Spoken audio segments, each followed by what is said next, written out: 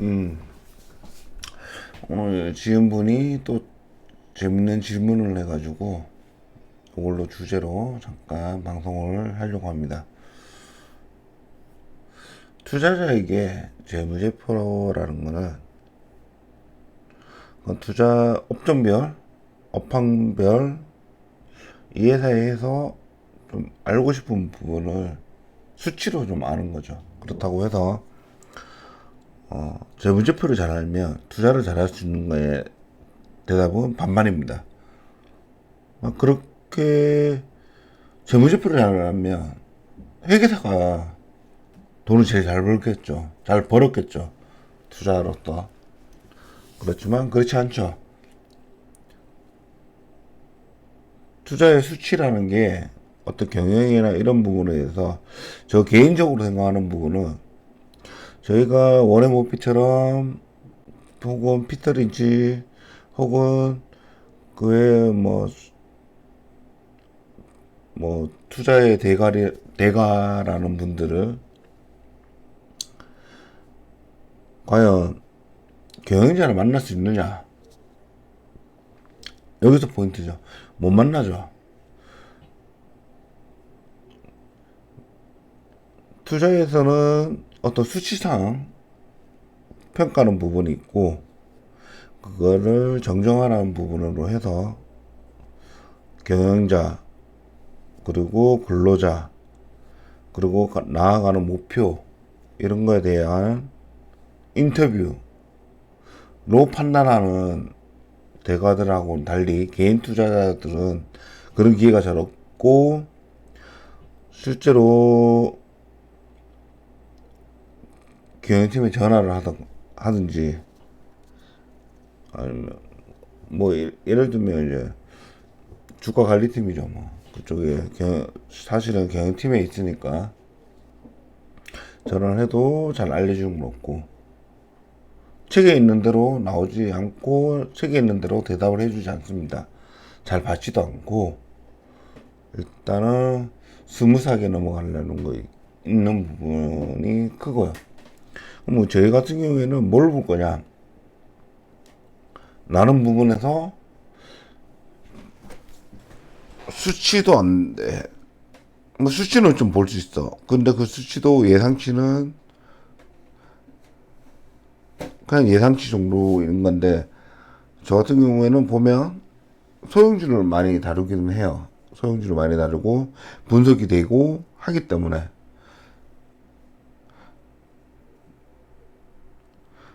만약에 본인이 어떤 분석 자체가 재무제표가 분석자가 안 돼요. 예를 들면 이 회사가 금융도 있고 제조도 있고 유통도 있고 막 많아요. 그러면 이걸 기업 분석 못해요. 며칠이 걸리는 거죠, 최소한. 근데 연결 재무제표로 걸려. 뭐가 좋고 뭐가 나쁘다 했는데 다 어떤 건 좋고 어떤 건 나쁘다. 그럼 어떻게 판단하겠습니까? 못하는 거죠. 그럼 저희 같은 경우에는 그런 기업은 ETF라는 좋은 펀드가 있는 거야.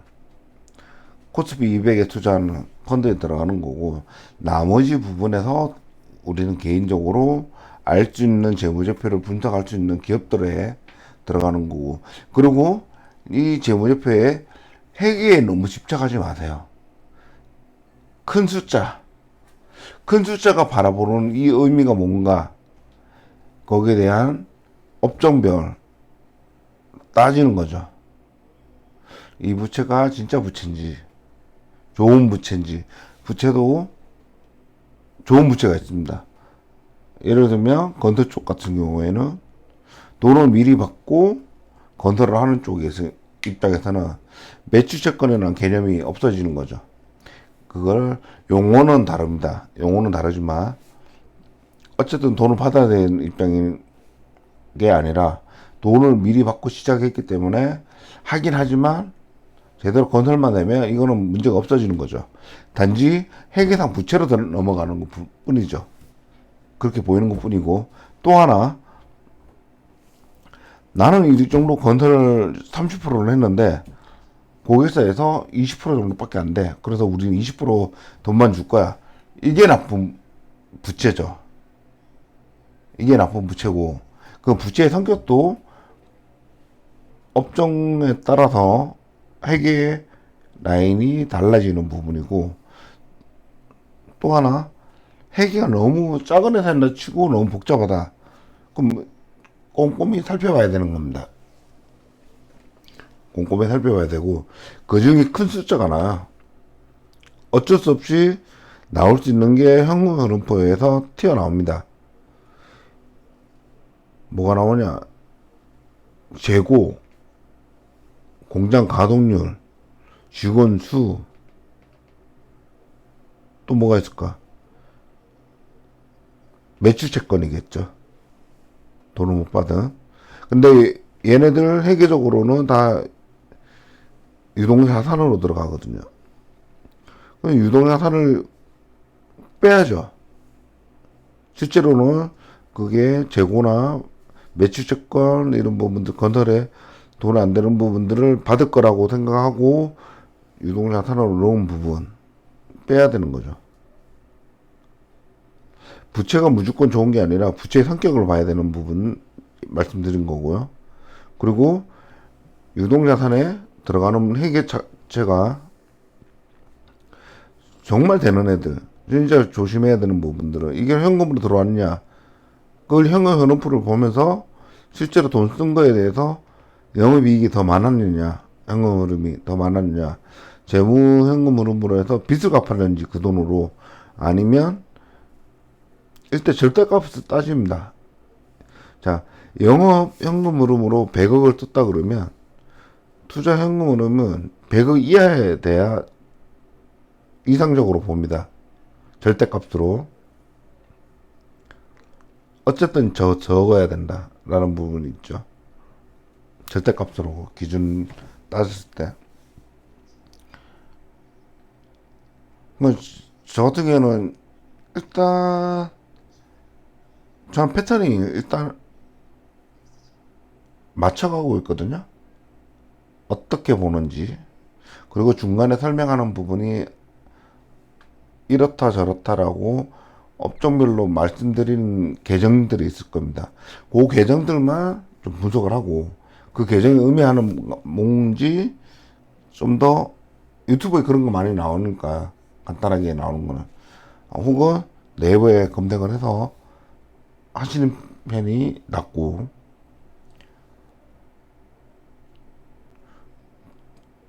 재무제표에 그렇다고 거기에 너무 심취해서 뭐 5년치 현금 할인, 뭐 금리에 따른 인플레이션에 따른 이런 금액 할인, 뭐 이런 거 사실 5년 뒤 어떻게 될지 모르고 5년 동안 투자할지 안 할지도 모르는 거고, 그렇게까지 진지한 업종을 따지는 경우는 업종을 체크를 해야 되는데, 사실 저희는 수출 업종이기 때문에 미국하고 또 틀립니다.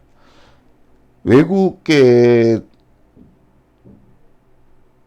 라인에 있는 책들을 보면 그런 얘기가 나오죠.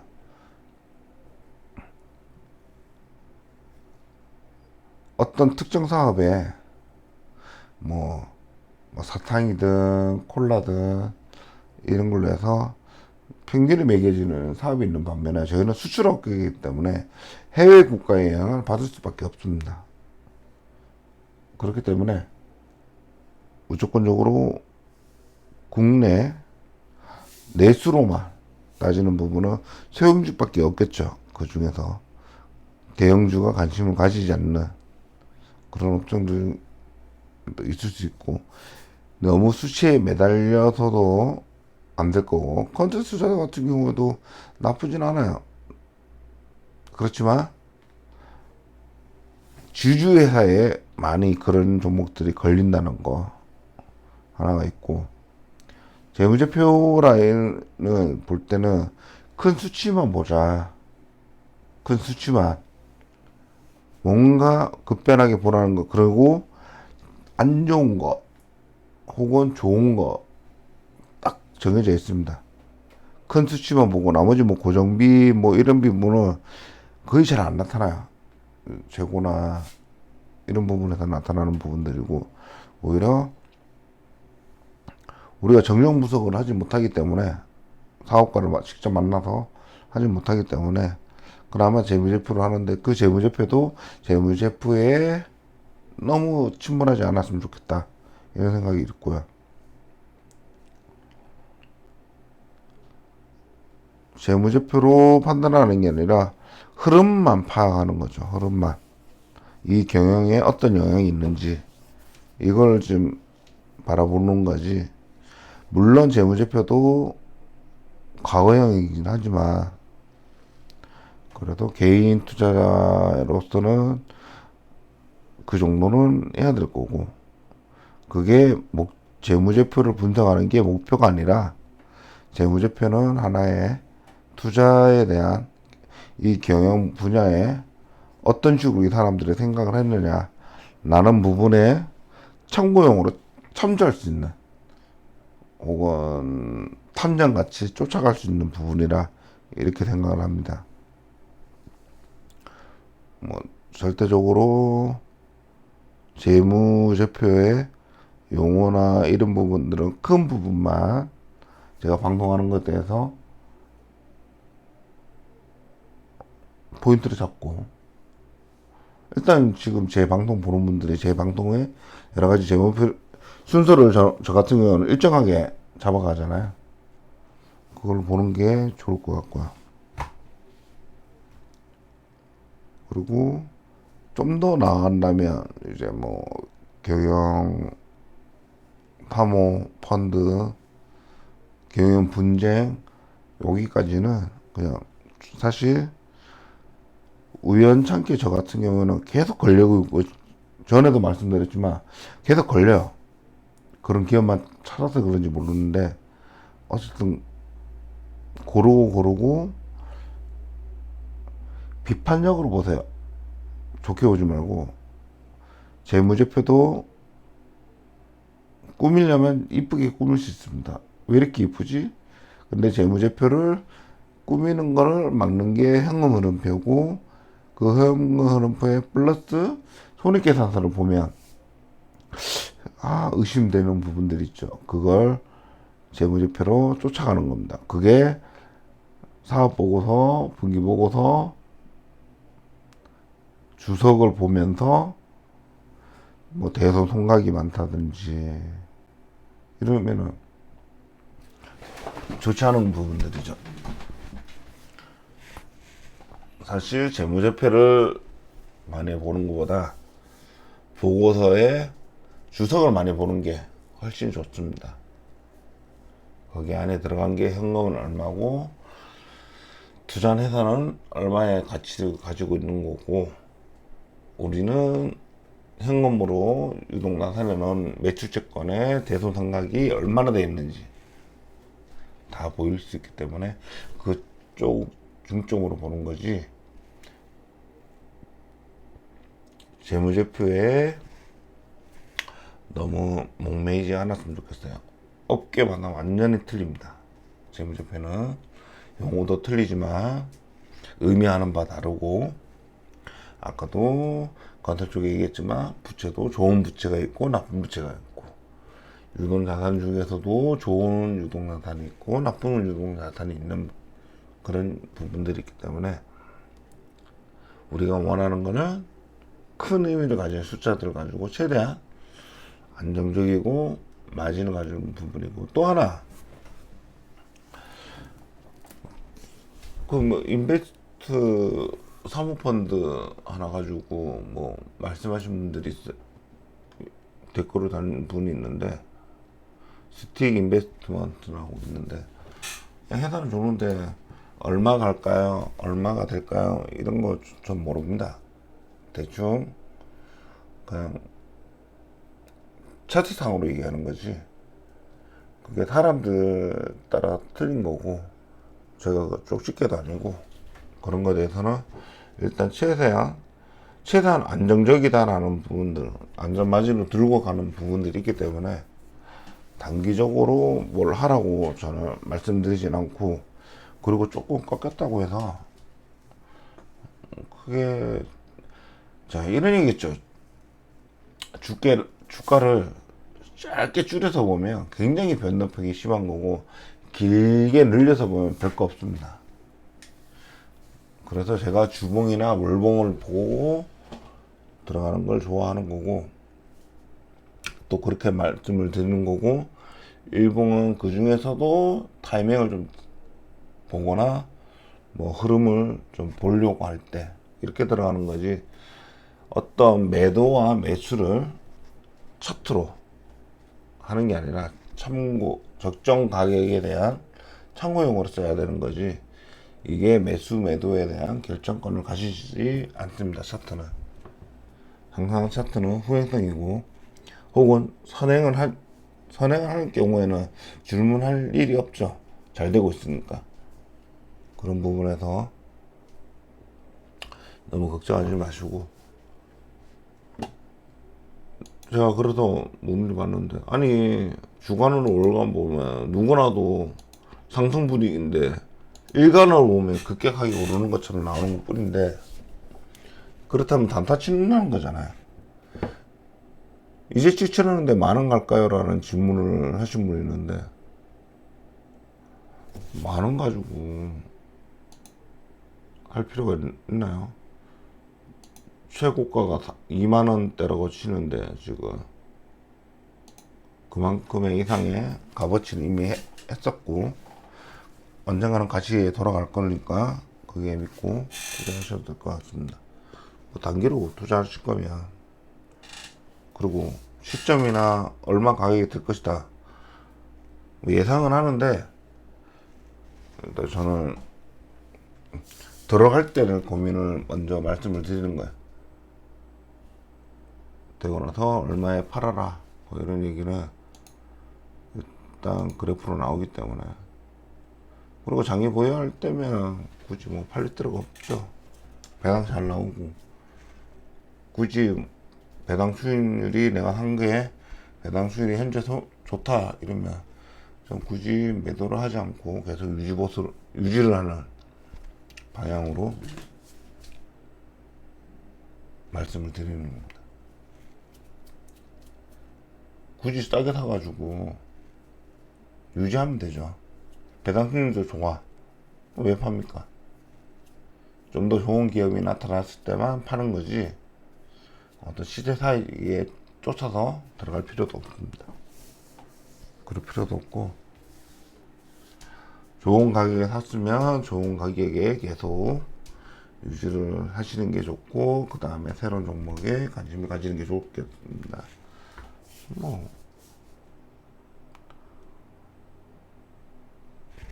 굳이 팔 필요가 있나요? 그거 자체가 복리인데, 회사가 알아서 복리를 해줘야. 투자를 계속 한 회사를 팔고 또 사고, 이게 복리라고 생각하는데 그 복리가 아니에요. 그 복리도 있지만 그건 정말 신격으로 매수할 때마다 성공을 해야 된다는 관점인데, 그러려면 시간이라는 관점이 필요한데, 이 시간이라는 관점이 언제가 될지 모르는 거지. 근데 계속 뭐 한 달이면 한 달 계속 성공한다? 그런 사람은 없습니다. 그런 사람이 있었으면 워렌 버핏보다 더 훨씬 많이 벌었겠죠. 그렇게 복리를 했으면. 감각하고 있는 부분은 사고 팔고가 아닙니다. 하나를 제대로 팔았을 때 이 회사가 알아서 배당도 올려주고 자신의 자산 가치도 올리면 주가는 결국은 따라가게 되는 부분이죠. 근데 나는 굉장히 좋은 가격에 샀다. 분명히 만원인데 10만원의 가격이 됐다고 칩시다. 10만원의 가격의 호가가 만원 단위라고 치면, 만원에 산 사람은 호가 단위가 100%예요. 금액이 올라가는 라인이, 이건 지금 뭐 주제와는 다르게 장기 투자에 대한 그런 부분들인데, 배당도 마찬가지입니다. 내가 산 배당 수익률이, 시가 배당률이 지금 현재 10%라면 왜 팔아요? 안 팔죠. 계속 10% 이상 회사가 성장한다면 10% 이상 계속 배당이 나올 건데 팔 필요가 없죠. 그게 복리죠. 그걸 또 재투자하는 거니까. 사고 팔고에 대한 복리가 아니라 회사를 잘 골라가지고 이 회사가 성장하면서 그걸 복리로 같이 가져간다는 의미로. 그리고 배당이나 뭐 자사주 매입도 있을 수 있지만 우리가 현실적으로 듣는 거는 무당 증자라든지 이런 부분을 통해서 이 부분에 재투자되고 이런 부분에 대해서 배당을 하는 게 정상적인 거지. 사고 팔고 이걸 나는 복리를 할 거야. 이거는 상당히 어렵습니다. 짧은 기간에 긴 시간이 필요하고 시간과 절대 싸우지 말라고 말씀드렸지만 다시 한번 말씀드리면서 복리의 개념은 매도 매수를 많이 해서 쌓아가는 개념이 아니라 좋은 기업에 성장하고 있는 부분에 대해서 같이 거기에 대해서 나오는 뭐 증자 배당을 통해서 재투자하거나 혹은 이 회사 자체가 성장을 하면 알아서 손익에 따라서 주가는 따라갈 것이다. 이런 마인드로 접근을 해야 될 것입니다. 오늘은 방송 이렇게 마치고 한번 뭐 생각난 김에 재무제표에 대해서 막 말씀드리려고 하다가 옆으로 좀 많이 샜는데, 재무제표는 그렇게 잘하면 회계사가 다 부자입니다. 재무제표로. 투자자 입장에서 재무제표랑 경영에 어떤 흐름이 있는지 살펴보기 위한 방법이고 개인이 접근할 수 있는 방법 중에 하나이기 때문에 말씀을 드리는 거지, 이게 재무제표로 투자를 기준으로 잡는다 그건 아닙니다. 상황을 보는 거죠. 재무제표는 상황을 위한 도구일 뿐이지 그게 목적이 되어서는 안 되고, 차트 또한 마찬가지입니다. 선행을 하든 후행을 하든 목적이 되어서는 안 되고 타이밍을 보기 위한 차트일 뿐이고요. 이렇게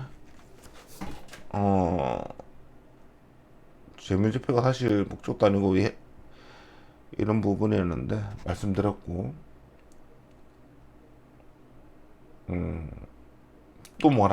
또 다른 질문들이 있을 때 제 생각을 말씀드리겠습니다. 사실 재무제표는 의미 없습니다. 그냥 좀 보기 좋아라고 하는 거죠. 뭐 저도 좋습니다, 나쁩니다 뭐 이렇게 말할 수는 없잖아요. 뭔가 근거가 있어야 되니까 재무제표를 가지고 얘기를 하는 것 뿐이고, 그렇지만 볼 건 봐야 돼야 된다. 이런 부분에 대해서 큰 수치에 항상 재무제표는 집중하면 되고 그 수치에 대한 의미만 알면 되는 거지 다 알 필요 없다라고 결론 내리겠습니다. 자, 오늘 방송 이렇게 마치고 내일 찾아뵐게요. 주말 잘 보내세요.